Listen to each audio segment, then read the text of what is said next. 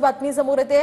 विधान परिषदेच्या पोटनिवडणुकीसाठी भाजपचे 3 उमेदवार आता ठरल्याचं कळत आहे। यामध्ये संदीप जोशी, संजय केणेकर आणि दादाराव केचे यांना उमेदवारी देण्यात आली आहे। भाजपच्या केंद्रीय कार्यालयाकडून उमेदवारांची ही नावे जाहीर करण्यात आली आहे। तर संदीप जोशी नागपूरचे माजी महापौर आहेत, तर फडणवीसांचे निकटवर्तीय म्हणून सुद्धा ते ओळखले जातात। शिवाय संजय केणेकर हे ओबीसी चेहरा म्हणून या ठिकाणी निवडणुकीच्या रिंगणात आहेत, तर केचे हे आर्वीचे माजी आमदार आहेत। तर संदीप जोशी, संजय केणेकर आणि दादाराव केचे हे भाजपचे 3ही उमेदवार आता निश्चित झालेले आहेत। विधान परिषदेचे भाजपचे हे 3 उमेदवार आहेत। सध्याची ही 3 महत्त्वाची नावे आपण पाहतोय। भाजपकडून अनेक खरं तर इच्छुक होते यासाठी। अधिकची माहिती आपण जाणून घेऊयात आमचे प्रतिनिधी विनायक डावरुंग यांच्याकडून। विनायक, काय सांगाल, ही 3 नावे आता भाजपकडून निश्चित करण्यात आली आहे, काय अधिकचे अपडेट्स आहेत? बरोबर आहे, इच्छुकांची बाहुगर्दी जी आहे ती मोठ्या प्रमाणात पाहायला भाजपमध्ये सुद्धा मिळाली होती, परंतु तिघांची नावं जी आहेत ती आता जाहीर झालेली आपल्याला पाहायला मिळत आहे। संदीप जोशी जे नागपूरचे माजी महापौर आहे, देवेंद्र फडणवीस यांचे निकटवर्ती मानले जातात।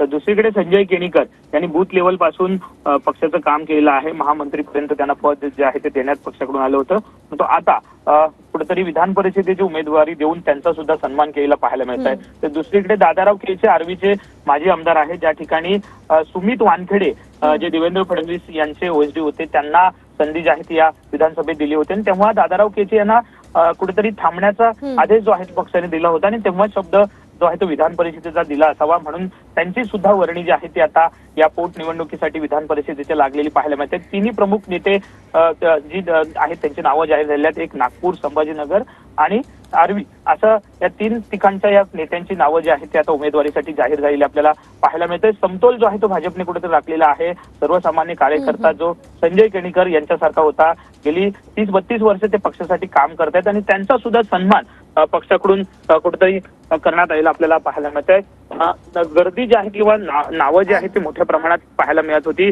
अनेक नावं इच्छुकांनी पक्षाकडे कळवलेली सुद्धा होती, परंतु आता अखेर आपण जर पाहिलं तर ही 3 नावं जी आहेत ते संदीप जोशी, संजय केणेकर आणि दादाराव केचे यांना उमेदवारी जी आहे ते भाजपकडून जाहीर झालेली आपल्याला पाहायला मिळेल। अगदीच नक्कीच विनायक, एकूण आपण पाहतोय विधान परिषदेसाठी भाजपची ही नावं निश्चित झाली आहेत, मात्र त्यासाठी शिवसेना आणि